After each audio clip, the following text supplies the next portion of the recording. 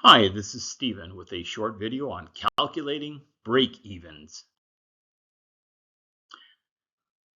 Calculating break-evens is important because we need to figure out whether the upfront investment is even worth it. We don't just use a gut feel, we use math. Calculating break-evens involve the following steps. First, you find or research the fixed or upfront cost that you are obligated to pay back. Second, you find the unit margin of the products or services you're making. Then you are trying to pay back that fixed investment against. Third, you establish an estimate of how much volume, how much incremental volume especially, that you'll be generating as a result of this investment.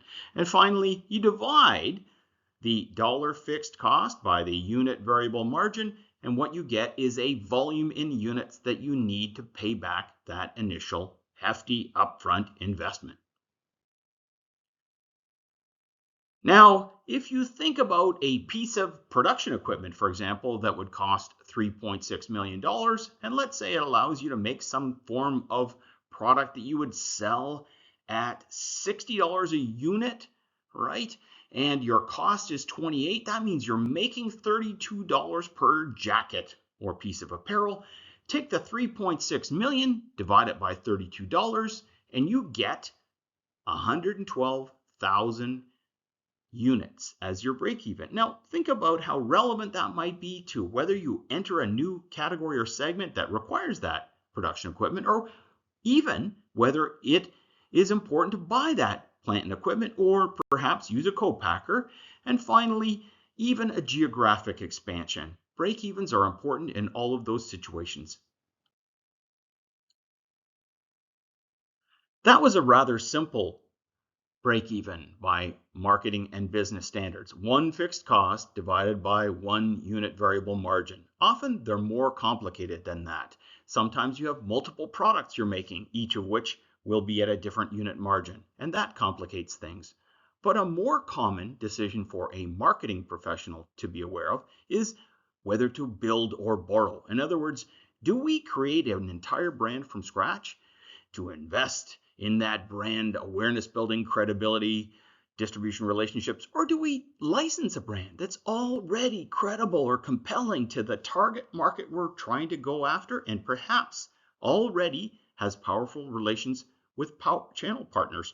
Answering this requires a more complex break even. Here's the scenario I would like you to look at. Clothing maker ABC wants to get into the workwear categories. Of course, they'll be facing some stiff competition, Dickies, Carhartt, etc. So they could build their own brand, Roughhouser, or maybe they could license a already credible rugged brand, such as, let's say, Jeep. Under these circumstances, the break even is a little more complicated, because even though each of these particular scenarios has a break even, that's not really the relevant thing, is it? We know that building a brand is going to have a lot longer break even, given the big fixed upfront cost. So that's not really the key question, right? The key question is, where do the lines cross? In other words, at what unit volume do the lines cross, and it becomes more wise or profitable for us to have built our way to this competence versus borrow our way, which typically has much lower unit margins. In the case of these trade-off scenario break-evens, we usually can use this formula. The difference in fixed cost between, build and borrow divided by the difference in unit margin, that equals the break-even volume between these two scenarios. So if in one case we were going to build plant and equipment costing $3 million, in another we were going to borrow a license, which has a license upfront fee of $150,000, seems like an easy question. The difference, $2.85 million in fixed cost. However, there's a difference in margin, because when you borrow a license or borrow a brand, you usually pay per unit. So in this case, if that's an extra $2, then we need to use that as the difference in unit variable margin. So 2.85 divided by $2, we end up with 1.425 million units being the point at which the lines will cross. In other words, beyond that volume, we will have probably been wiser to have built those assets versus borrow the assets.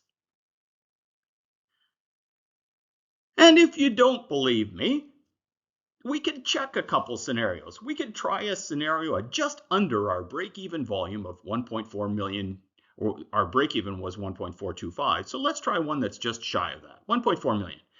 What we should find is the profit if we build, right, is less than it is if we borrow. Because remember, shorter volumes usually mean we have not had a chance to amortize our own big fixed investment. And that's exactly what it shows here. If we build, that's 22.2 million in fixed margin. But if we borrow, it's 22.25. Now remember, that means it's wiser at that volume to have borrowed our way into the marketplace. However, going above our break even, and remember our break even was 1.425, going above our break even to 1.45 million units, the profit is going to be higher if we build our way there. So look at that. Look at the little line in green saying, hey, we generate margin of 23.1 million if we build and only 23.05. So that is a good example, I think, of how we are really close in these scenarios to the break even between building and borrowing. Now, if your volume is way higher than this, you're obviously going to be way better off to have built. If your volume is significantly shy of this, you're going to be regretting it if you didn't borrow your way in. Thanks. If you have questions, leave them.